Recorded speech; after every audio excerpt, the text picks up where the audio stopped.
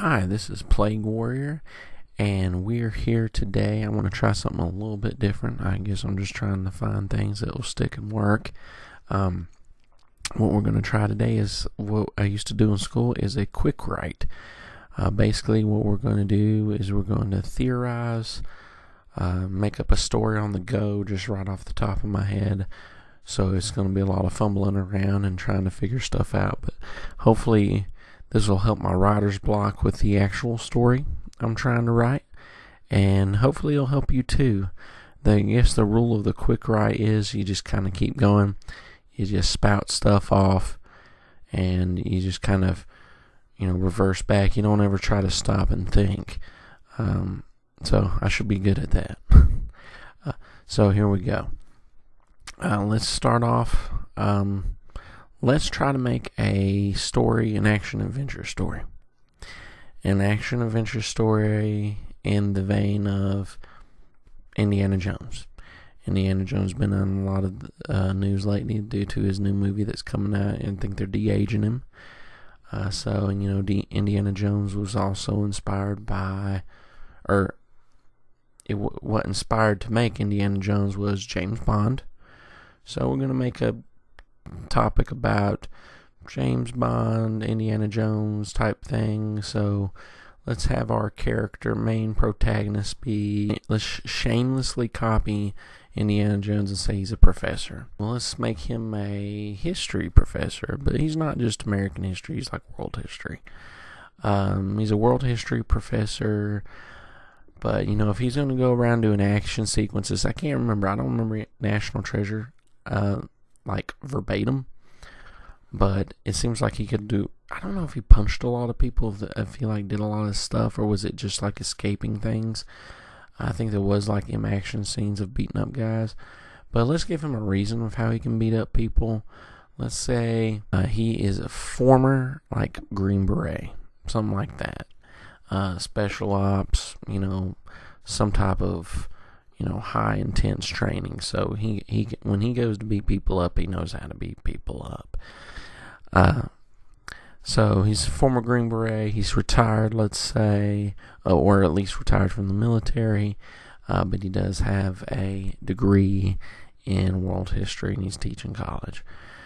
Well, the United States government comes to him one day after he's taught a class, and they say to him, hey, we want you to go find this treasure. The treasure is King Arthur's sword.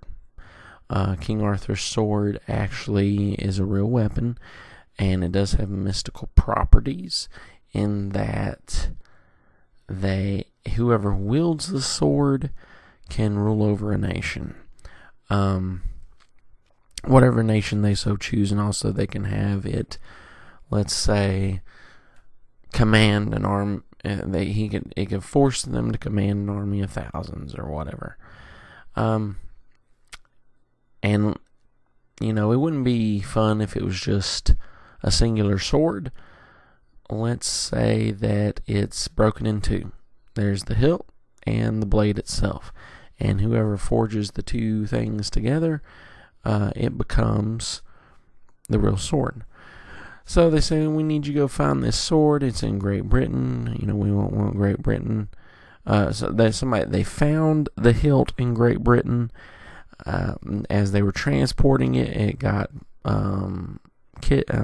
somebody stole it, hijacked the truck, stole the hilt. We need you to go find it. So the guy's like, okay, let's go find this thing. And like I said, this is not going to be a professional story. I'm not ironing this thing out. This is just high concept, let's get down the story beats type thing. This is not ironing out the fine details of the story. So he says, let's go find this thing. So he ends up in Europe and goes around trying to he's beating up bad guys, trying to find information of where this thing was hijacked and who hijacked it. And on his way there, or as he's finding this out, he's a big fight between him and some minions of the bad guy. And during this fight, he's about to find out some information when a or he's about to get some type of paper or something that tells him where the bad guys went to, where there's lair at, something like that. When a beautiful woman, you can't see her face, she's dressed all in black, she's got a mask on, like not like a crazy mask, but just like one of those ninja masks or something like that. Drops down from the skylight of a building or something, snatches the paper up, leaps back, does a couple of leaping and jumping onto things until she's escaped, and he's like, well, that was pretty cool. But so he's lost that trail, but he's going to go and interrogate a bad guy, finds out something different that will kind of lead him onto the same path as what she's going to be doing. And they go to the hideout of the bad guy, and it turns out it's in England's around a bunch of water. Submarine sounds good. They're in the submarine. So he gets into the submarine and sees the bad guy. We get to meet the bad guy for the first time, or maybe we've met him before. Probably good you met him before. And you get to see the bad guys do some dastardly things, some bad guy things. And this little hilt, and he's talking about it, and he wants to go rule England or something like that, maybe then the world, blah, blah, blah. And he knows where the last piece is. He knows where the blade is, and they're going to go fetch it now. Apparently, it's in Ireland. Nah, that's not good. Spain. Let's say Spain. Why is it in Spain? That's not good. Spain's not good. We'd have to do some research on King Arthur. Maybe he's from somewhere. There's a connected story of a different country or something. Maybe there's not. I remember some of the story of King Arthur. Well, let's just say he's got his base out in the submarine for some reason. We won't go any further than that. And so the good guy goes down, tries to get the hilt, tries to get the other thing, gets busted, or he gets found out because somebody sees him peeping on the bad guy in his speech. Big old fight. He ends up getting caught, get taken to the bad guy. Bad guy's like, oh, shame on you. We're going to have a Goldfinger type moment where he's like, I want to put you in he's going to put you in the airlock of the submarine, or like the missile silo, shoot you out into the sea, and you'll be dead from the water pressure, drowning, or both, because they're very, very far down. Yeah, let's say water pressure. It's submarine's pressurized. Yeah, he's going to put you in the water, put you in the silo, and he's got like 3 or 4 people guarding him, and they're walking and stuff. And that's when the lady comes down, and she goes and beats the bad guys up, and he'll help out. He'll go and punch a couple of bad guys himself, even though he's handcuffed. And then she'll uncuff him, and she'll reveal that she's MI6, part of England. I want the blade to get in the wrong hands, including the hands of the United States, because they're afraid of what will be used for it. And he says, well, we can at least agree that we don't want the bad guy to get in the blade. So let's team up and let's do this thing together. So let's say that then they team up. They somehow escape the submarine. Bad guy. And they go to confront the bad guy first, and they are able to grab the document that contains where the hilt is. And so they have the leg up on getting to the hilt. But somehow the bad guy also will figure it out just a little bit later. It'll take him a little bit longer to get there.